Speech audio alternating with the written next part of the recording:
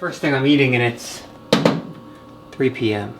So this morning was a pretty busy morning as far as getting my programs out to clients. It's Saturday morning. I've also opened this cabinet up here. I'm gonna leave it open the entire video just to see if any OCD people freak out. Close the cabinet, Max! So I'm trying to start to develop the habit of not taking the weekends off completely, because I do understand the importance of some people have different schedules and some people require responses and everything. So I am always working, but giving myself and Brittany some time to ourselves.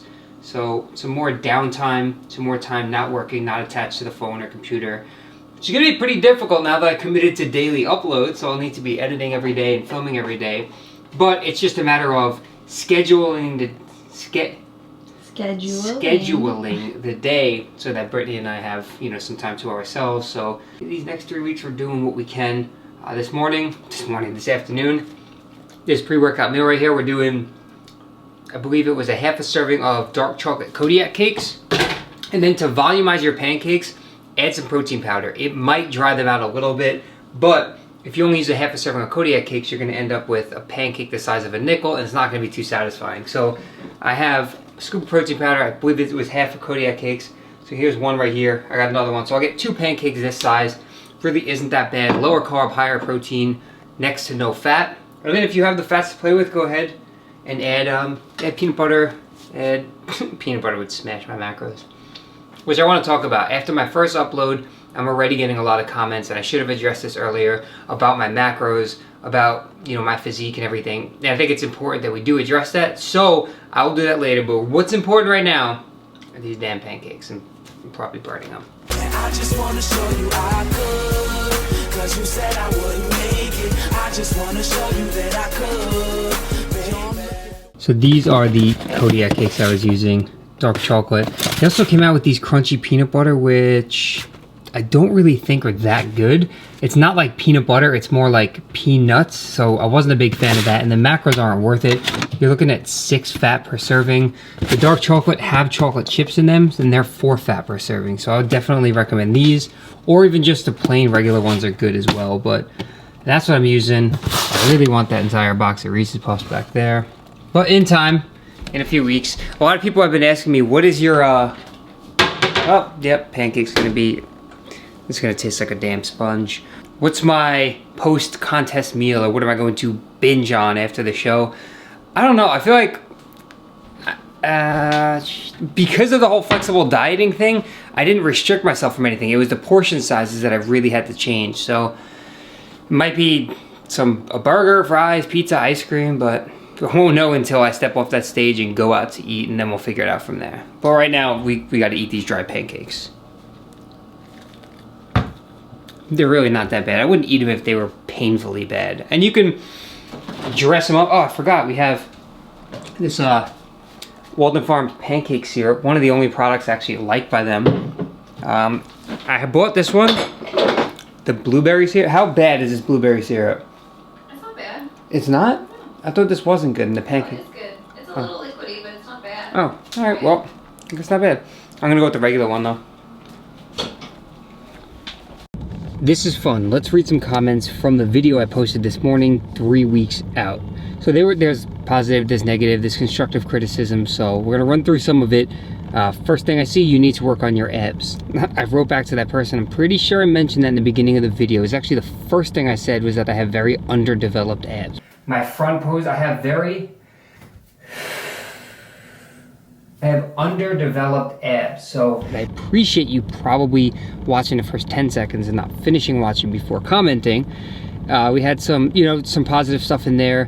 Continue with the prep, disregard the negative comments towards your physique. Very few people understand how stressful and mind-consuming it is to get lean.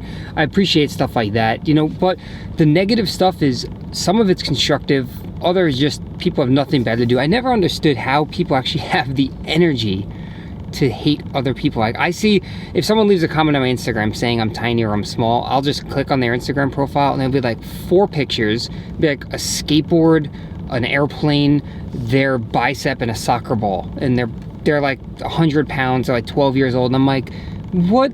You have nothing better to do than to just write on other people's Instagram pictures? I laugh at it, I find it funny. I've been on YouTube for a few years now, where I I've seen pretty much all the worst comments you could see, so I tend to write back on stuff like that. Pretty entertaining. This is what a true natural on prep should look like. I hope people realize and stop thinking people like so-and-so are 100% natty. Some people are saying that, you know, this is the true natural cut for a lean frame for someone who's 6 foot tall. Not all of us are 5'6" or 5'7" like some other YouTubers. So I'm not saying that's an excuse. It's not because I'm tall that I don't look great. It's harder to fill out your frame when you're taller, of course, but you put me at 160 something next to someone who's 5'6" and 160 something is going to be a huge difference. So there's that. More things about kind of my abs. I got this one. This was good. You basically lost all of your muscle from starving yourself, and this is the result. You're way too lean and you're losing muscle. So I just wrote back, you're right, I might as well just take up crocheting. You're too skinny. We have someone, NPC Bodybuilder is the username, and I'm assuming they're an NPC Bodybuilder. They had wrote, bro, I'm being 100% honest, but I don't think you're ready for a show. You're at least 3 weeks out, you're holding some fat in your lower back and your abdominal area. I think you should move the show till maybe another 6 to 8 weeks. No hate, just my opinion. So again, that I look at as constructive criticism. I appreciate the feedback. I've mentioned that, you know, I don't have the genetic structure to do very well. At least I don't think so. You see these physique guys, it's tapered, you know, that big shoulders, big back, very tiny waist. I can't change that unless I go to like somewhere and they just grind my hip bones down, but I can't do that. It was work that should have been done in the quote-unquote off-season that I neglected, and I've talked about that if you guys have been following the channel for any length of time. I've ran into some issues in the past, shit with my previous gym, things that were just kind of messing with me, and I never had the set structure that I needed to build the physique that I actually wanted. Spinning my wheels, bulking, cutting, doing this and that, program hopping, nothing optimal that would lead me to the best physique I can achieve on stage. But what was done is done, and now I have these 3 weeks left to make the most of it, and that's exactly what I'm doing here. So I can't change anything at this point, but it's a lesson that I learned, so moving forward I can make some adjustments. So, you know, you get the idea of the kind of comments that I receive, and it's funny because it's just a reminder to myself of why I'm actually doing this show. Let me just make this clear. First of all, it's not fun being 6 foot tall, 160 something pounds. Trust me, it sucks. You feel small, you feel skinny. It's not fun being lethargic. It's not fun being stressed about eating. It's not fun having to, you know, neglect some nights out here and there.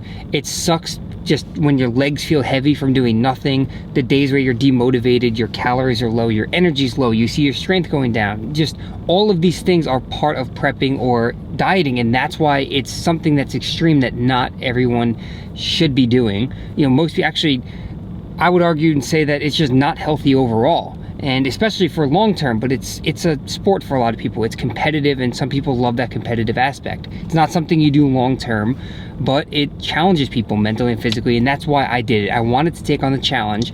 As a coach myself, I've coached physique people before to the stage. They've done really well, and I'm able to see what they're going through, what they've been through, and it will help me grow as a coach moving forward. I'm working with a coach right now who's teaching me a lot.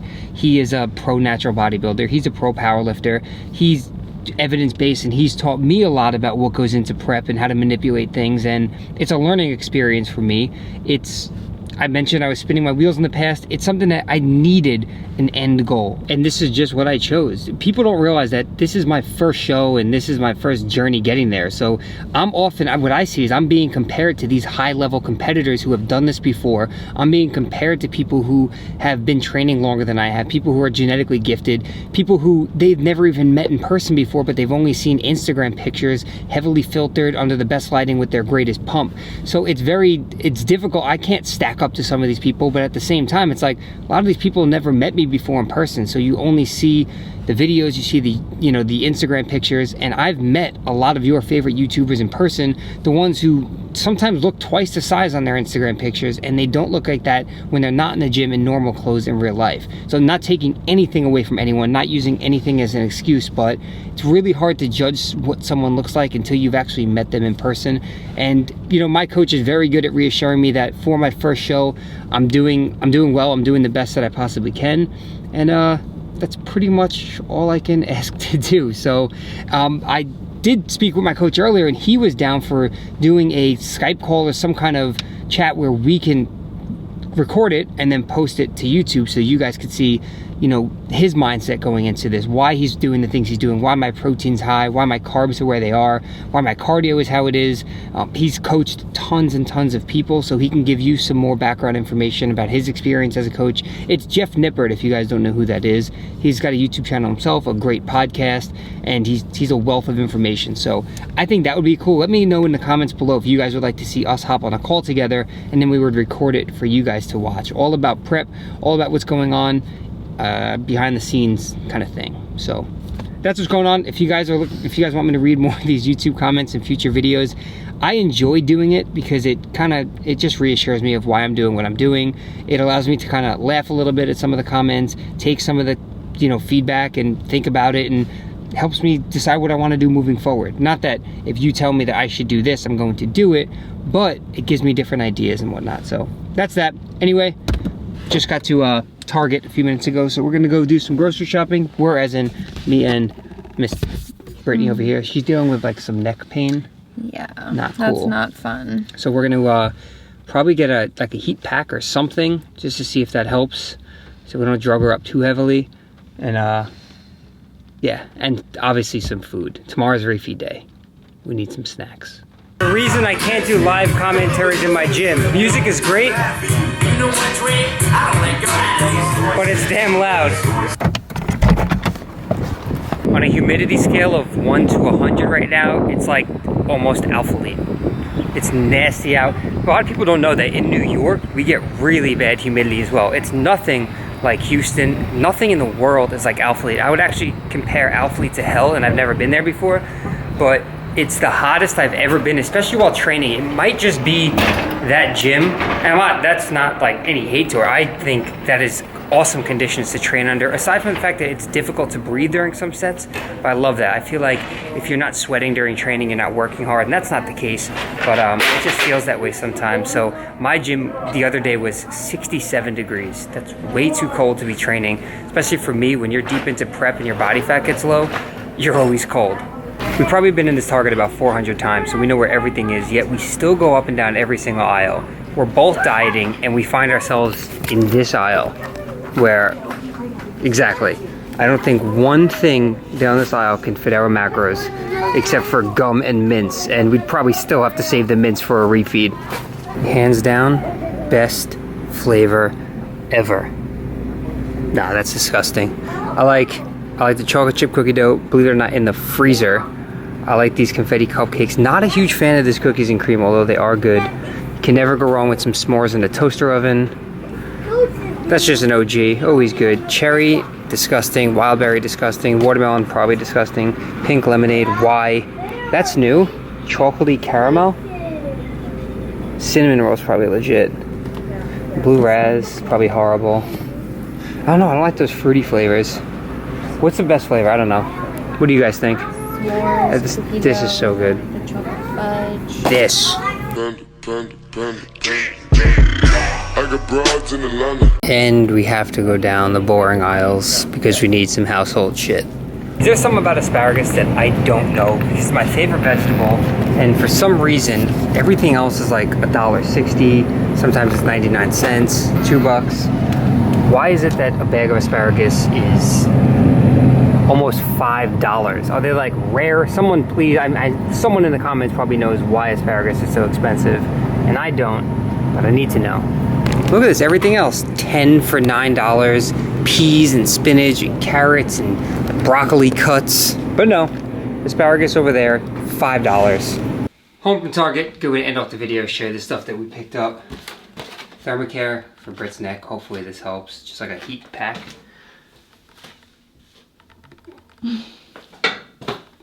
Freezer bags. Got some vegetables, so edamame. Edamame is so good. If you guys have never had it before, I highly recommend it. Good macros and actually high in protein and fiber. So a vegetable with 9 grams of protein and 9 grams of fiber per serving. Green beans because, well, asparagus, I would have needed to take out a loan to get a few bags. These, Brittany really likes these lean cuisines. What'd you get this time? Ooh, asparagus and cheese ravioli. How much was this one? I don't know. Garlic chicken spring rolls. Garlic chicken spring rolls. Mushroom mozzarella ravioli.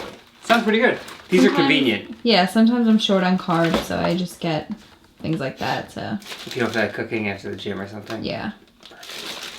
Chocolate rice cakes, refeed day tomorrow. Pineapple peach salsa. Chocolate chips, or like pancakes and stuff. Mm-hmm. Fresh lemons. Grapes. Cucumbers. Celery. Cashew milk. Cauliflower. A lot of people doing like cauliflower rice, cauliflower mashed potatoes, so I want to do it too. I want to do what everyone else is doing. Plain non-fat Greek yogurt. Strawberry cheesecake, light and thick Greek yogurt. Whole strawberries. It's like a 4-pound bag. Tea.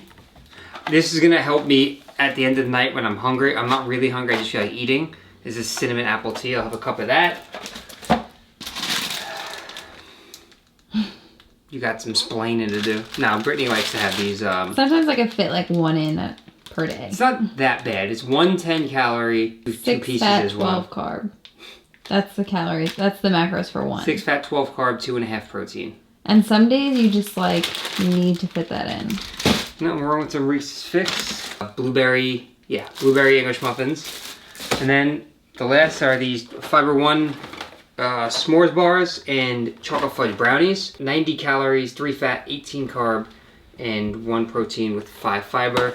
And then a bunch of flavored sparkling waters. So strawberry kiwi, strawberry lemonade, peach mango, and blackberry raspberry. So this is not a full grocery haul. We just needed a few things. I will be doing more of those, like grocery shopping on prep, to give you guys more ideas of what I'm eating as the diet gets harder and harder, as the macros get lower and lower. So that's it. Hopefully you guys enjoyed this upload. If you did, you know what to do. Click that thumbs up button. That really does help out the channel. I appreciate the support as always, and I'll talk to you all in the next video. My life be like